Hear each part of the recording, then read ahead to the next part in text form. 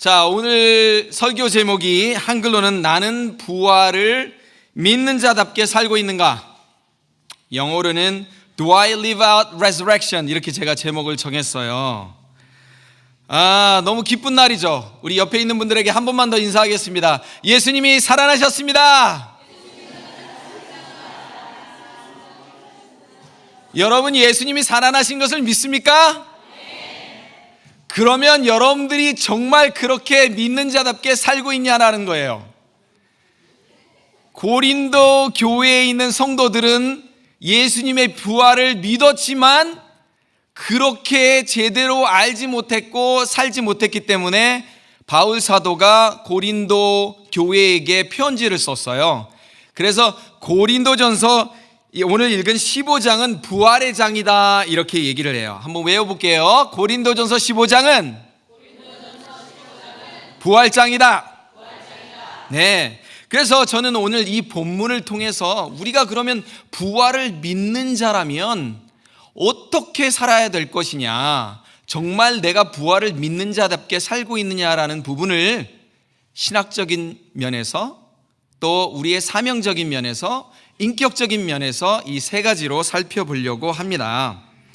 그래서 첫 번째로 부활의 신앙은 복음의 본질을 깨닫는 신앙이다.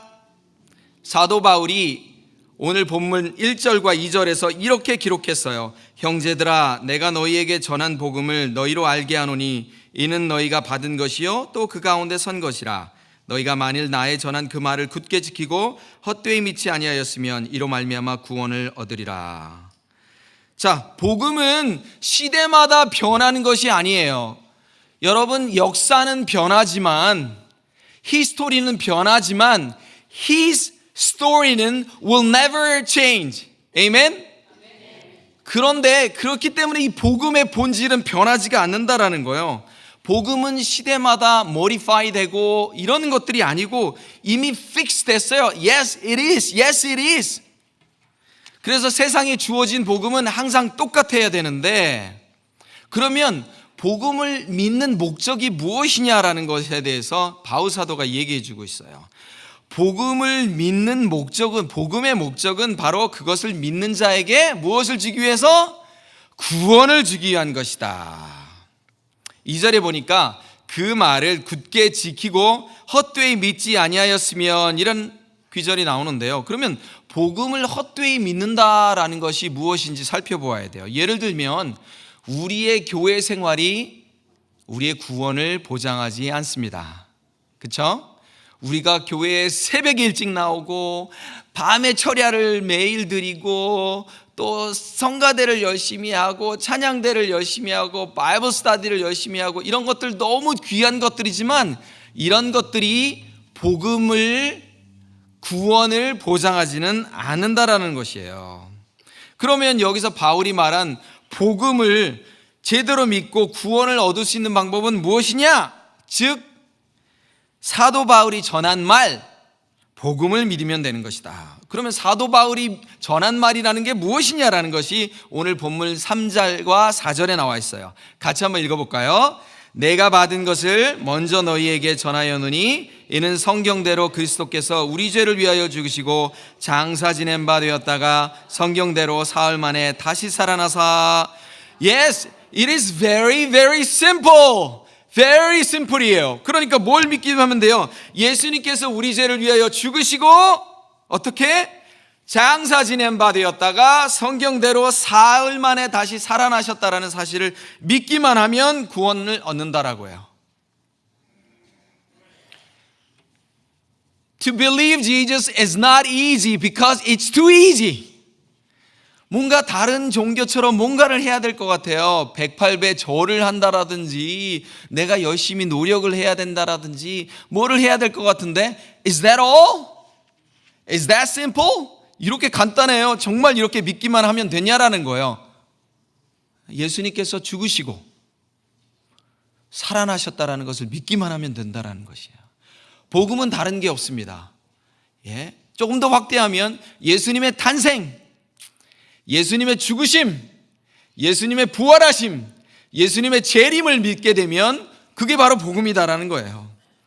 여러분, 예수님께서 십자가에서 마지막으로 하신 말씀이 무엇인지 다 알고 계시죠? 무엇일까요? 아까 화면에 잠깐 나왔는데 다 이루었다. 그렇습니다. 하나님께로부터 부여받은 임무를 예수님께서 다 이루었다라는 말을 십자가에서 마지막으로 하신 말씀이에요. 이거는 하나님 너무 고통스러워요 라고 하는 그런 고통의 외침이 아니고, 하나님께서 예수님께서 이 땅에서 행하고자 주셨던 메시지, 그 미션을 다 이루었다라고 하는 그런 의미입니다. 다 이루었다라는 말을 헬라어로 우리가 테텔레스타이다라고 했다라는 걸 제가 전에도 설교로 몇 번 얘기를 했어요. 무슨 물건을 사게 되면 우리가 영수증을 받게 되는데, 이 테텔레스타이라는 말이 세무 용어였어요. Paid in full. 그러니까 $100를 내가 오해했으면 $100 다 페이했다라는 그런 뜻입니다. 그래서 옛날에 이 파피루스 영수증에 이런 글자들이 선명하게 쓰여 있었어요. 그 얘기는 뭐냐면, 죄로 인해서 죽을 수밖에 없는 우리가 예수님의 피로 의해서 그 죄값이 다 차감되었다라는 그런 의미입니다. 이 테텔레스타이라고 하는 것은 종이 주인에게 자신의 임무를 완수하고 보고할 때도 쓰였다라고 합니다. 저에게 맡겨주신 임무를 다 완수했습니다 라고 할 때에 테텔레스타이라고 말을 했다고 해요. 미술가가 그림을 완성하거나 아니면 작가가 자기의 글을 완성했을 때에 마지막에 테텔레스타이 이렇게 썼다라고요. 다시 말하면 예수님의 십자가상에서의 예수님의 죽음은 하나님께서 그리고자 하셨던 모든 인류를 향한 그 구원의 큰 그림을 완성하셨다라는 뜻이고, 오랜 세월 동안 써오신 하나님의 구원의 스토리를 완성하셨다, 이런 뜻이 되는 거예요. 저는 그림을 잘 못 그리지만 그림을 다 그리고 난 뒤에 딱 서명을 하잖아요. 그리고 글을 다 쓴 후에, 여러분들 숙제 낼 때도 그러잖아요. 자기가 숙제를 다 하고 난 뒤에 제일 위에다가 자기의 이름을 딱 쓴다라는 거예요. 즉 기독교의 복음은 속죄의 복음인데, 인간에게 가장 필요한 소식은 죄로부터 구원을 받는다라는 것입니다. 이것이 부활신앙의 첫걸음이에요. 예수 그리스도를 말하지만 예수 그리스도가 없는 그런 복음이, 가짜 복음들이 이 세상에 너무너무 많다라는 것입니다.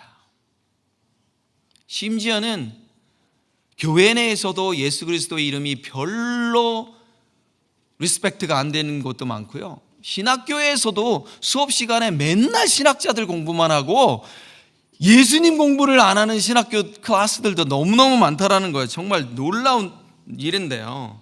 여러분 혹시 내 마음 그리스도의 집이라고 하는 소책자를 읽어본 적 있어요? My Heart, Christ Home 이라는 책이에요. 이 로버트 멍어라고 하는 이 장로교의 목사님, 교수님이 쓰신 책인데요. 자신의 마음을 집이라고 생각을 하면서 서재라든지 주방, 거실, 작업실, 오락실, 침실, 심지어는 벽장까지도 예수님께서 다 들어오셔서 주인이 되어주기를 원한다라는 마음으로 쓴 책이 내 마음 그리스도의 집이에요. 예수님 내 마음의 왕이 되어 주십시오라고 하면서 결정을 내릴 때는 누가 내려요? 내가 내려요. 예수님께서 내 마음에 들어오십시오라고서 교회의 활동을 열심히 하면서 뭐라 그런지요? Jesus, don't you know that I am too busy? Stay away from me. We are too busy to glorify you. 우리가 바이블 스토리를 하고 있어요. 근데 예수님께서 그렇게 얘기해요. Are you studying the Bible without me? Are you worshiping me without me? Are you serving the church without me? 예수님이 없이 우리가 봉사하고, 예수님 없이 예배드리고, 예수님 없이 성경 공부하고, 그런 경우들이 너무너무 많다라는 것입니다. 이런 것들 전부 다 가짜입니다.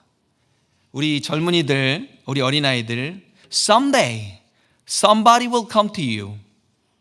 They will deceive you like this. Jesus may not be enough.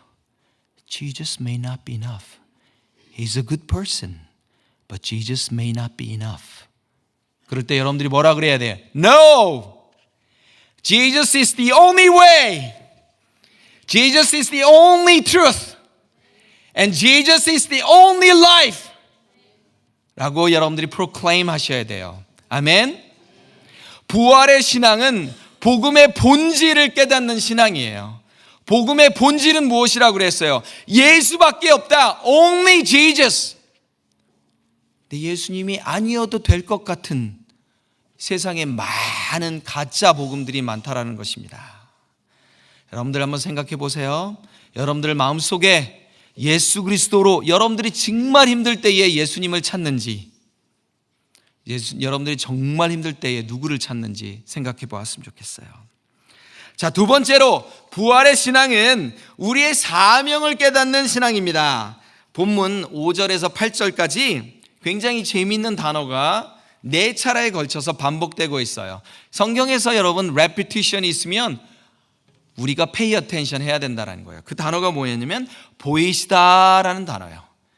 이 5절에서 8절까지 보이시다라는 단어가 4번이나 나왔어요. 혹시 읽으면서 노리스 하셨는지 모르겠습니다만 예수님께서 부활하신 후 곧바로 하늘로 올라가실 수 있었는데 왜 예수님께서 부활하신 당신의 모습을 많은 사람들에게 보이셨을까? 예수님께서 당신이 부활하셨음을 증명할 필요가 있으셨어. 그래서 짜잔, see, I'm alive. 만약에 이렇게 하고 싶으셨으면, 이렇게 해야 사람들이 예수님을 믿을 수 있었다면 예수님이 지금도 부활하신 모습으로 우리에게 보이셔야 되는 거 아니에요. 그러나 that was not his purpose.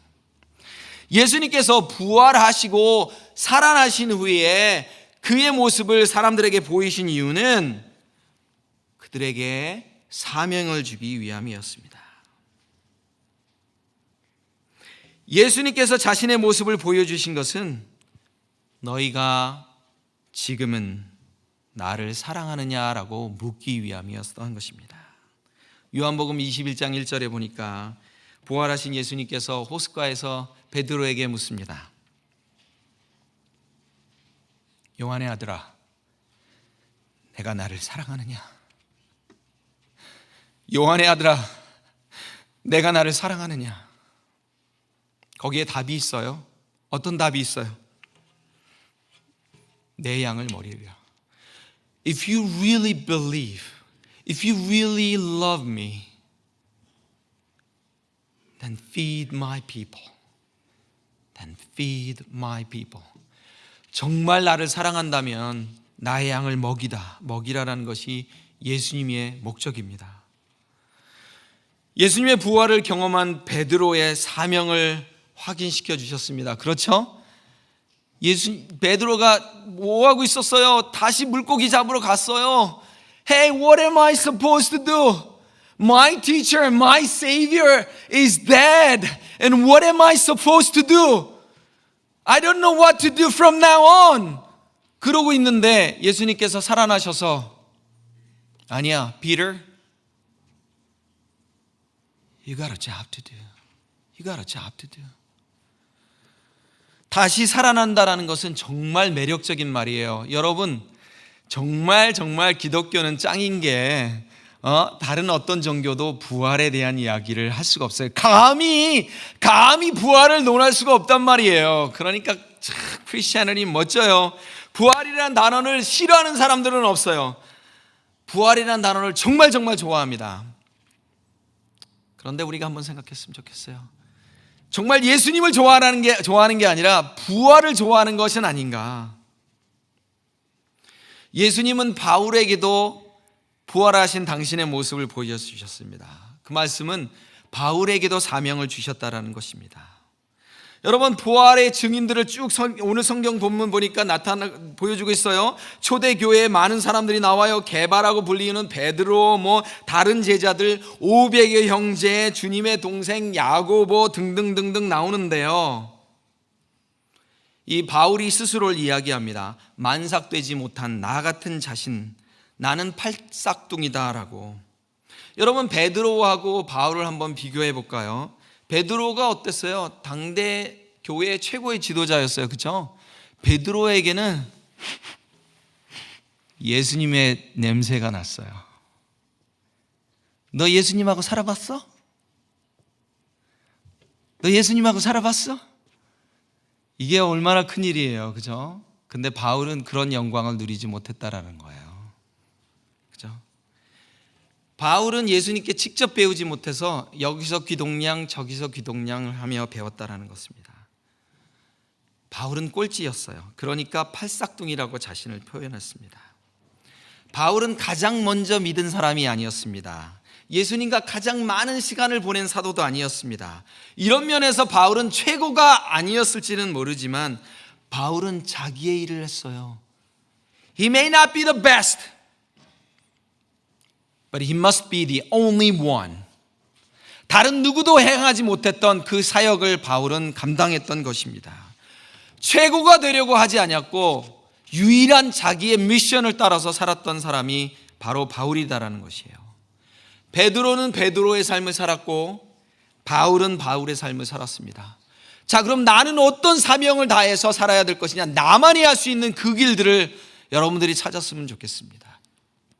사도행전 9장 15절 16절에 이렇게 나와 있습니다. 이 사람은 내 이름을 이방인과 임금들과 이스라엘 자손들 앞에서 전하기 위하여 택한 나의 그릇이라. 누구에게? 이방인과 임금들과 이스라엘 자손들 앞에서 전하기 위해서.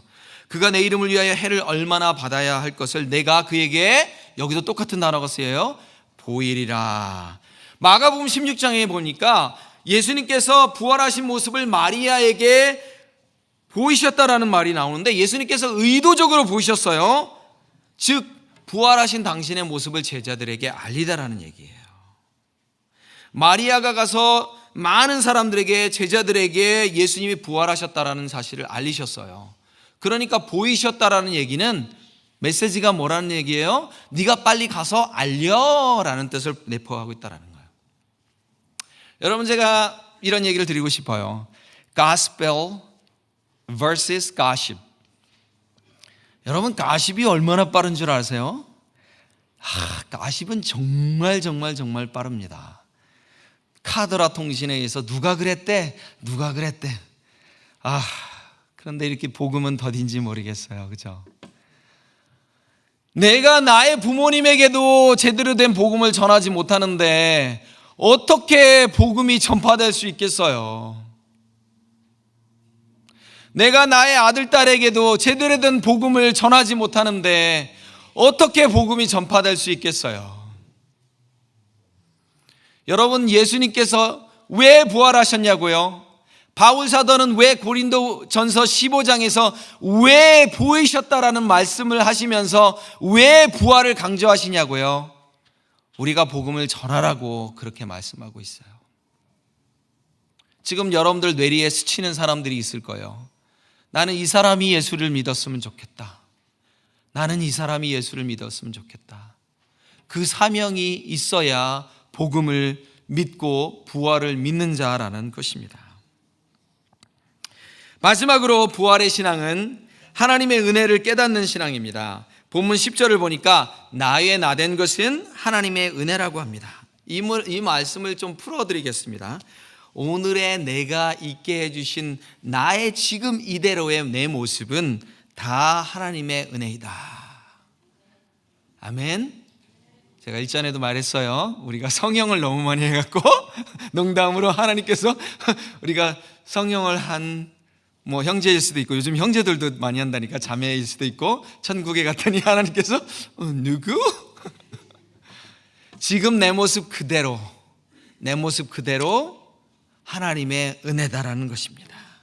바울이 이렇게 말했다는 건 하나님, 나의 된 것에 대한 감사가 있습니다. 하나님 감사합니다. 나 바울로 하여금 바울의 모습으로 바울의 삶을 살게 하시니 감사합니다. 누구처럼 살게 하시니가 아니고 나처럼 살게 하시니 감사합니다. 여러분, 누구처럼 되려고 하지 마세요. 여러분들이 인생에 마르를 이렇게 두고서 살아가는 것은 좋지만 아니요, 하나님은 여러분들 그대로 가장 귀하게 지으셨다는 것을 믿으시기 바랍니다. 아멘.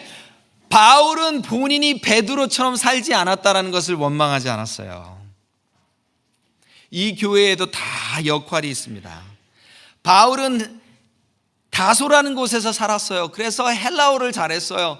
그래서 이 다소라는 지역은 항구 도시이기 때문에 여러 무역인들이 왔다 갔다 하는 멀티링구얼한 퍼슨이었어요. 그러니까 그런 사역들을 할 수 있었죠.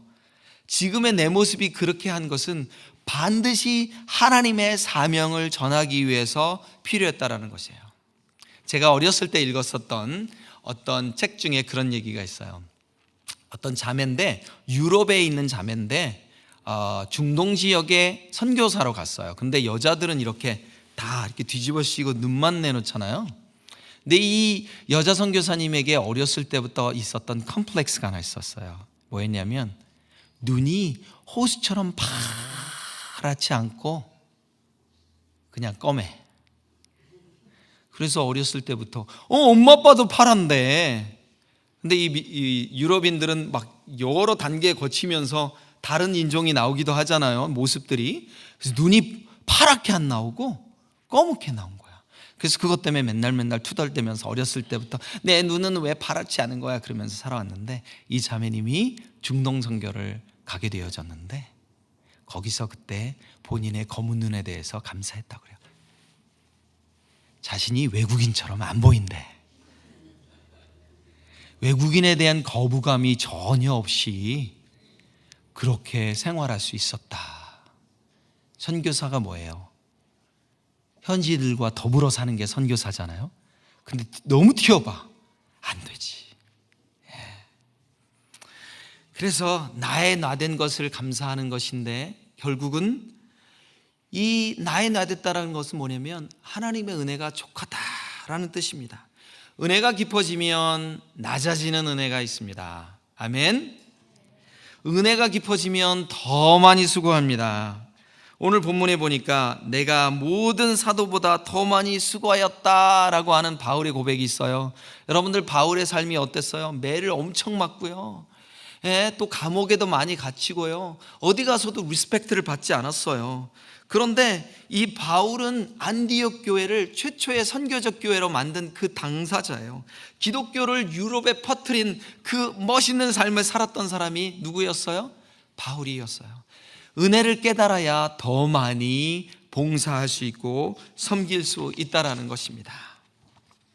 우리가 구원을 받은 것도 하나님의 은혜이고, 우리가 목사로 부르심을 받은 것도 하나님의 은혜이고, 우리가 장로로 부르심을 받은 것도 하나님의 은혜이고, 권사로 집사로 직분을 받은 것도 다 하나님의 은혜입니다.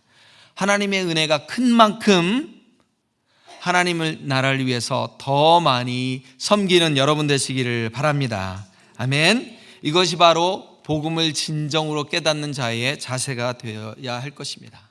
말씀을 맺겠습니다. 오늘 나는 정말 믿는 자답게 사는가, 부활의 신앙을 정말 나는 믿는가 라고 한다면, 첫 번째로 구원에 대한 정확한 이해가 있어야 돼요. 정확한 이해가 있어야 돼요. 신학적으로 복음에 대한 정확한 이해가 있어야 합니다.